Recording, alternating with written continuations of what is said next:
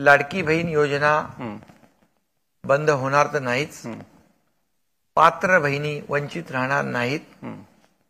दुसरी गोष्ट पुढे जाऊन सांगतो, 2100 रुपये आम्ही जे बोललोय, अजितदादांनी सांगितलं जेव्हा आर्थिक परिस्थिती आमची चांगली होईल त्यावेळेस आम्ही तेही देऊ, कारण आमच्याकडे 10 लाख कोटीचे आता कामं चालू आहेत। पुढच्या 4-5 वर्षामध्ये 40 लाख कोटीचे इन्व्हेस्टमेंट होईल।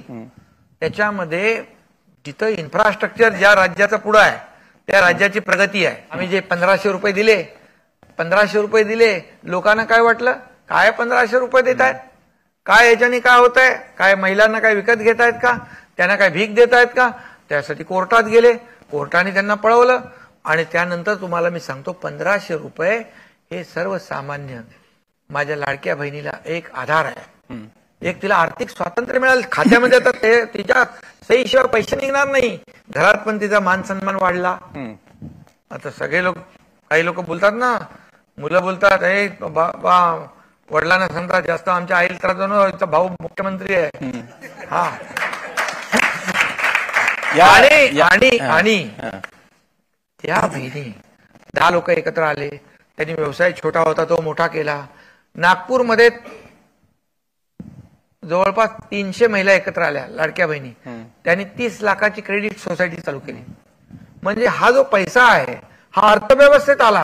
कोणी पूजेचं साहित्य वाढवलं, कोणी साड्यांचा बिझनेस वाढवला, कोणी आणखी काय केलं। शेवटी ही महिला जी आहे, ही बहीण जी आहे लाडकी, ही अर्थव्यवस्थेचा एक मजबूत बॅकबोन आहे। तिला काटकसर करताना, जसं आम्ही सरकार चालवतो तसं घर चालवताना जी काटकसर करतात ना, आम्ही पाहिलं आमच्या आईचं, माझ्या पत्नीचं त्यावेळची परिस्थिती पाहिलेली आहे, कशी कसरत करावी लागते। शाळेची फी, दुधाचे पैसे, रेशनचे पैसे, हे सगळं कसरत आहे। त्याच्यामध्ये हे जे पैसे आहेत हे पुन्हा अर्थव्यवस्थेतच येत आहेत।